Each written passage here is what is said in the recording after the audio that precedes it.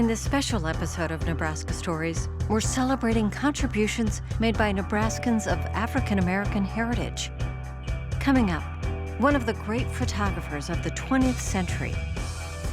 An Omaha woman breaks through gender and racial barriers.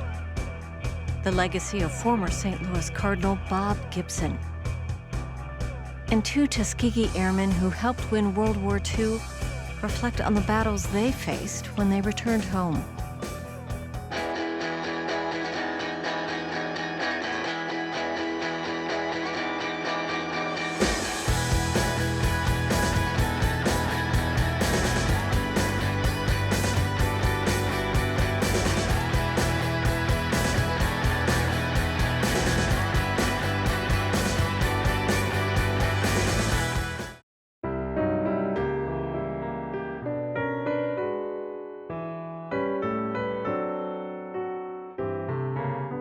You think of photographs and things like that as being so static. Yes. But they're not. I mean, these things, 100 years after they were taken, have this whole life to them. For more than 50 years, Doug Keister has held the key to an American treasure. So it just makes a great, natural sort of picture. In 1965, he bought a box of glass plate negatives from a good friend for only $10. When he put them up to the light, what he saw was a forgotten world, frozen in time. Lincoln, Nebraska, in the early 1900s. Originally, they thought that a guy by the name of Earl McWilliams had taken them because the family knew that one of their relatives, Earl McWilliams, had worked in a photo studio. But further research showed that it was actually a guy named John Johnson. We found his signature on stuff, and Earl McWilliams was a photographic assistant.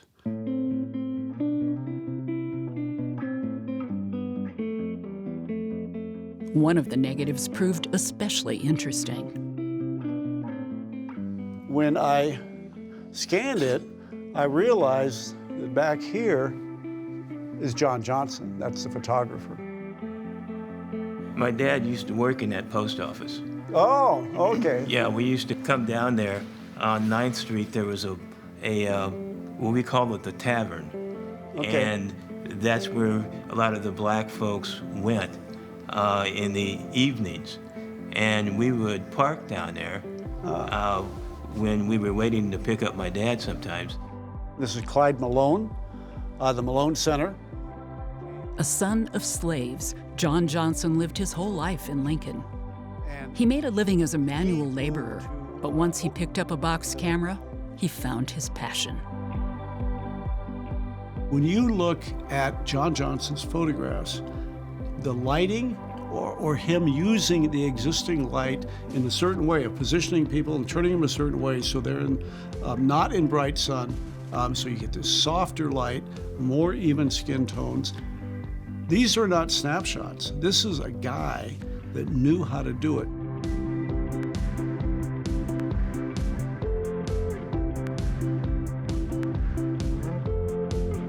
So you see the environment that people are in. It's sort of like walking into somebody's life. This is a snapshot of a particular time in America. It's the old thing about, a picture's worth 1,000 words, and it really is in some of these cases. There's so many stories around the edges. And they keep unfolding. There's more and more information all the time. There's all these pictures of people with books. But she's holding this out. And this was in the show in Chico, California. And my cousin saw it. And I've seen this for 50 years. And I always wondered why he got it right away. Why is she holding the book out?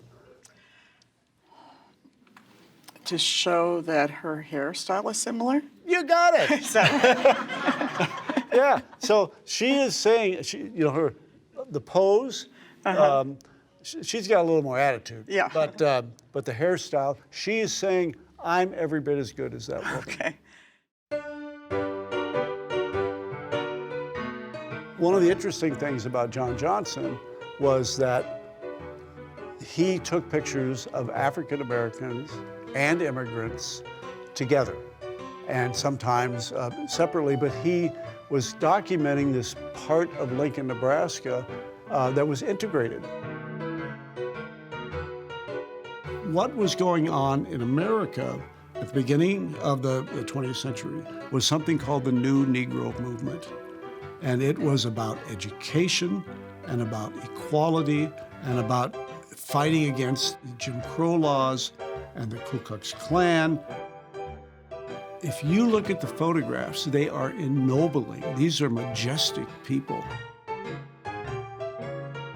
He is showing them as educated people.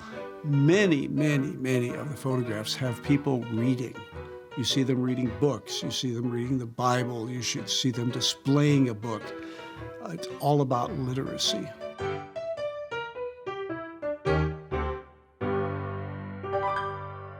I paired this with one of my favorite Oprah Winfrey quotes, and it's, books were my path to personal freedom. I learned to read at age 3 and soon discovered there was a whole world to conquer that went beyond our farm in Mississippi. My personal opinion, this photograph and this quote should be in every school and every library in America.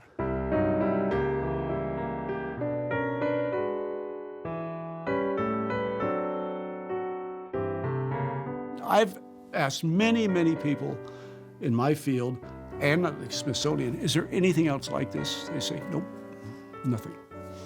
Nothing like this as a body of work.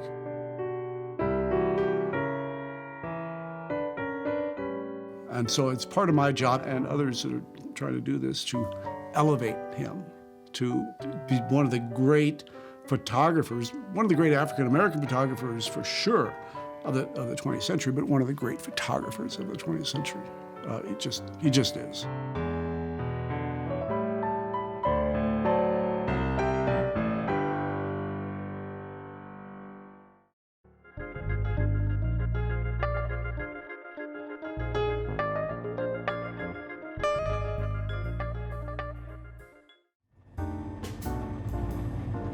The real thing was just being here at the window and you could see all around. You could really just enjoy life, just enjoy being quiet, and the only sounds you could hear were the wheels on the tracks. Edwina Justice grew up in Omaha and came of age during the Civil Rights Movement. I was encouraged all the way through school until I got to be in high school. And one of the counselors told me that there wasn't any need for us to go and take college prep courses. In 1960, she graduated from Omaha Technical High School and began working in the area. About 1967 or so. And I went down to Union Pacific to put in my application, and they wouldn't even let me fill an application out. These were changing times, and just a few years later, Edwina ran into a former classmate who was working for Union Pacific. She asked him to put in a good word for her, and it worked. In 1973, UP hired Edwina as an office clerk. And at that time, there were probably maybe 5 Black women doing clerical work, and I was very proud of myself.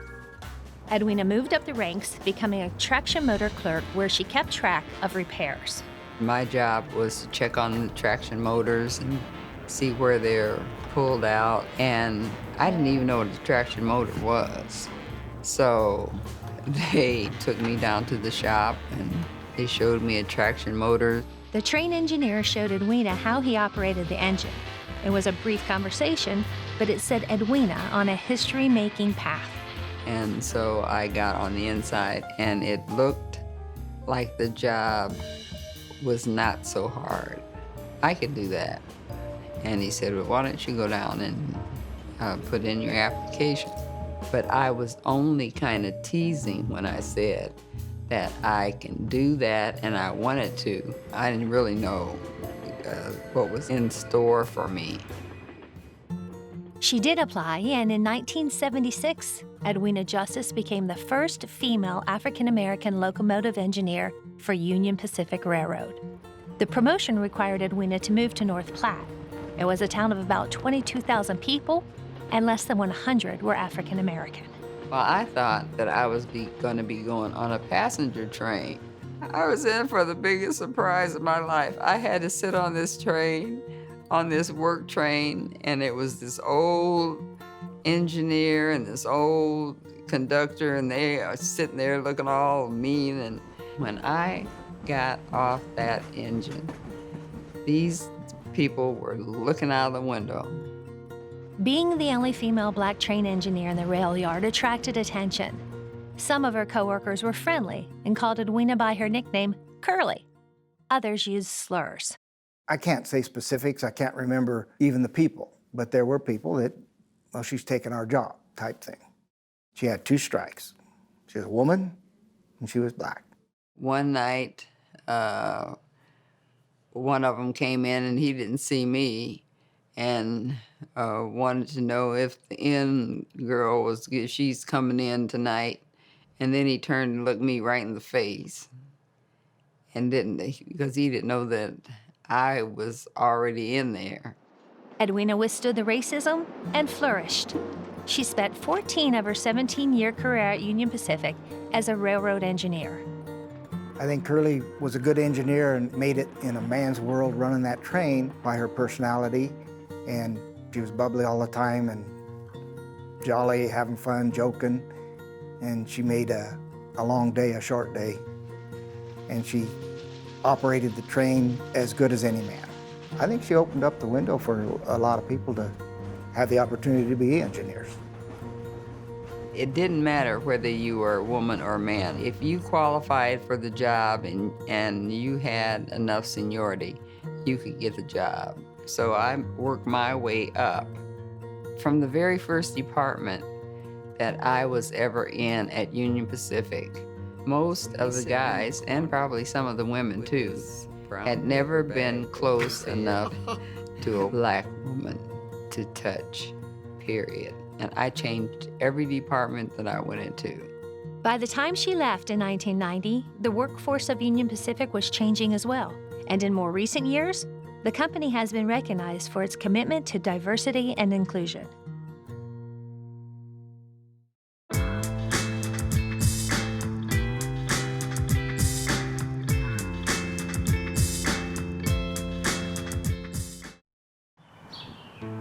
Nobody ever thinks about a statue.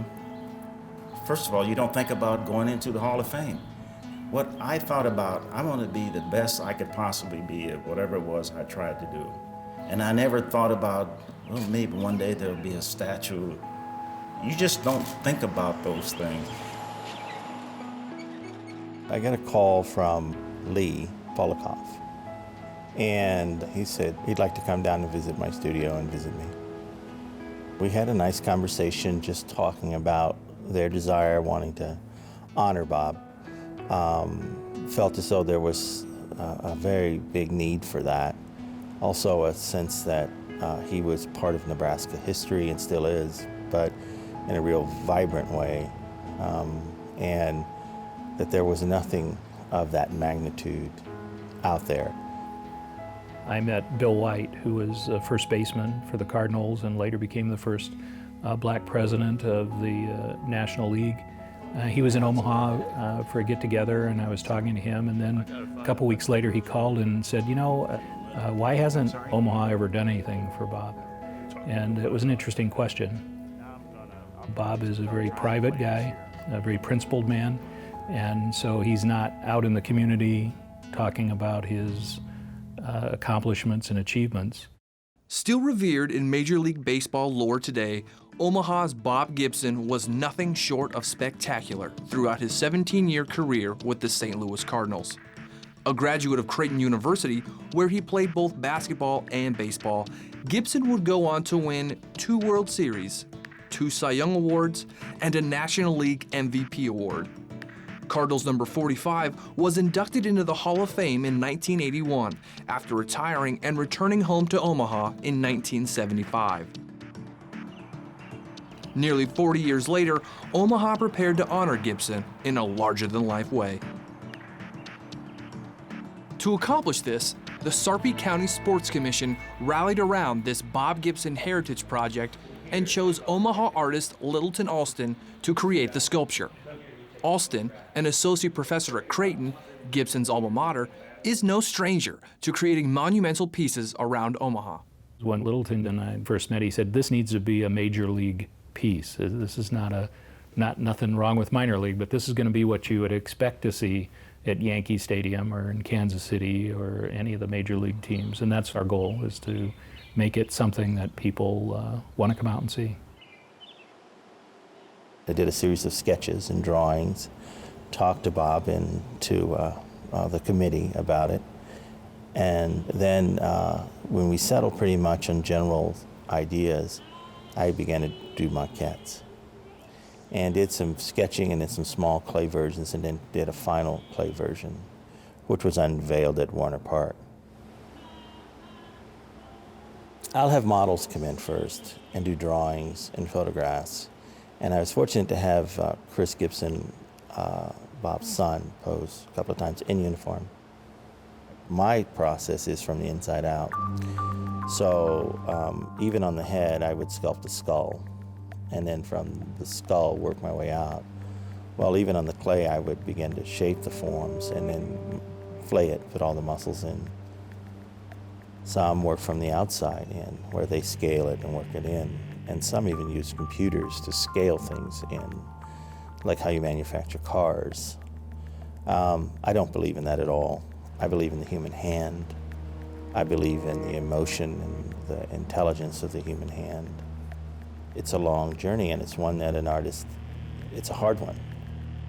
The artistic journey that Littleton began reached a boiling point during the summer months as the heat swelled in his downtown Omaha studio.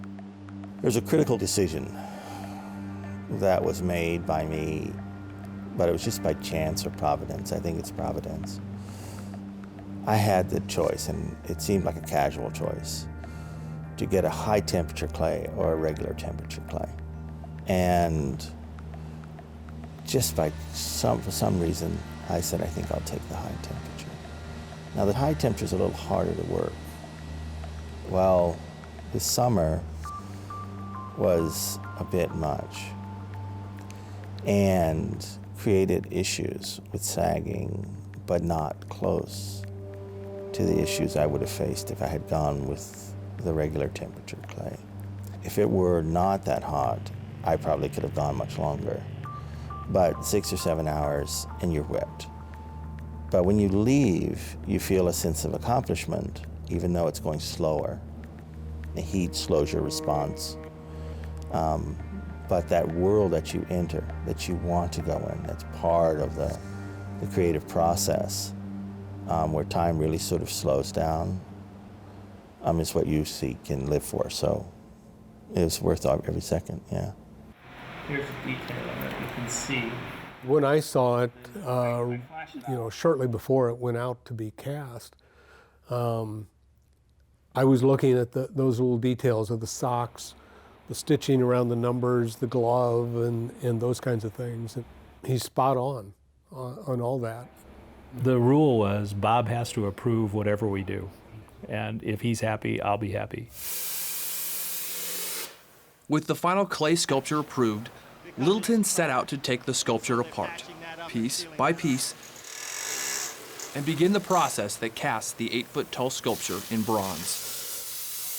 Throughout a series of molds, wax, and more molds, the sculpture begins to take its final steps at a Colorado foundry. Once that happens and you get that metal poured into the molds, what you're doing is you're just replacing what was wax with bronze. And at that point, then everything is put together like a puzzle. that allows you to put structure in. So inside the Gibson is a network of stainless, which helps support it and lift that bronze up into the air. As countless hours of crafting the sculpture came to a close, friends and fans alike of Bob Gibson came out to see the unveiling of this spectacular piece of art on a cold April morning that became even more special before the final reveal. Now therefore I, Dave Heineman, the governor of the great state of Nebraska, do hereby proclaim the 11th day of April 2013 as Bob Gibson Day in Nebraska. Congratulations, Bob. Well, the day is here. It's been a very long time since we first had conversations about what the work would be. And now today in the cold, but in this room, it is warm. We honor Bob Gibson in bronze. I'm a firm believer that when you put something in bronze, when you make it, it should be relevant and important. And so at that moment, the reveal, the dedication is for Bob Gibson. You know, it's not about me. It's about Bob's memory and Bob's efforts and Bob's life. Efforts and a life that inspired this 8-foot bronze marvel. But as with Gibson, he hopes in the long run it means more and inspires someone else to greatness. I hope it does.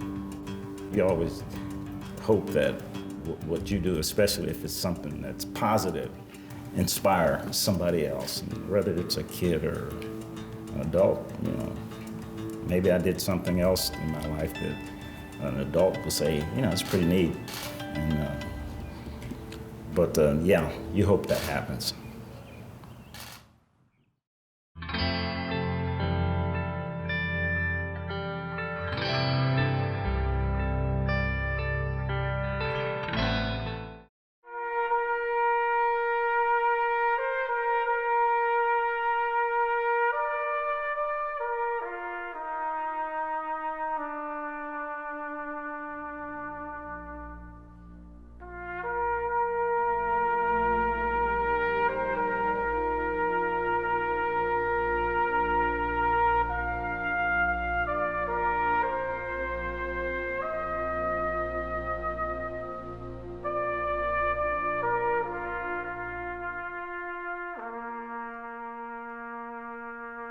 Prior to President Roosevelt setting up the program in 1941, blacks were not allowed in the Air Corps, and in the service they were limited primarily to service units, meaning the cooks, the bakers, the cleanup, the gardeners.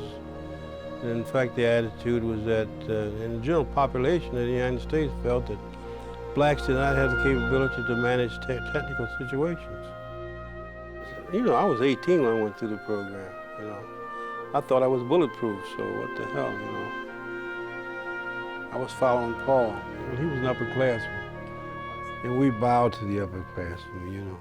By the time I was 16, having built model airplanes and knowing and understanding that blacks were not allowed to fly, when I turned 16, I knew all the regimens dealing with aerodynamics.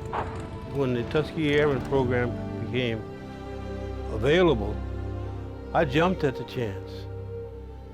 And I just wanted to learn how to fly. And once I did, it was just, I just enjoyed it. I loved it.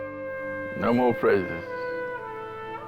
Nobody tell me what to do, what not to do. Yeah, flying, I felt free. Then I felt free for change.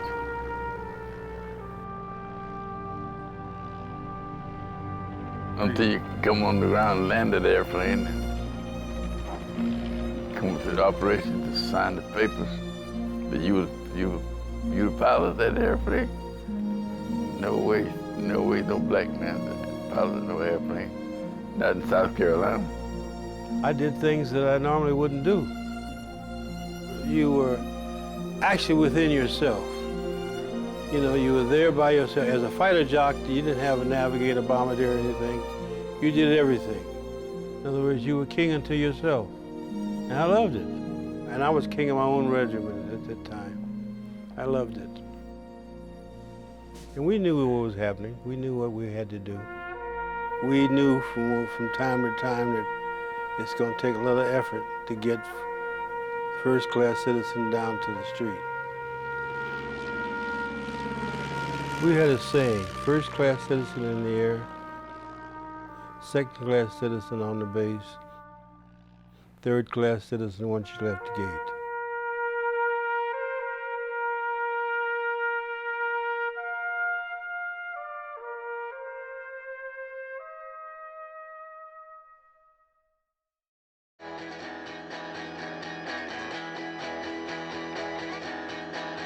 Watch more Nebraska Stories on our website, Facebook, and YouTube. Nebraska Stories is funded in part by the Margaret and Martha Thomas Foundation.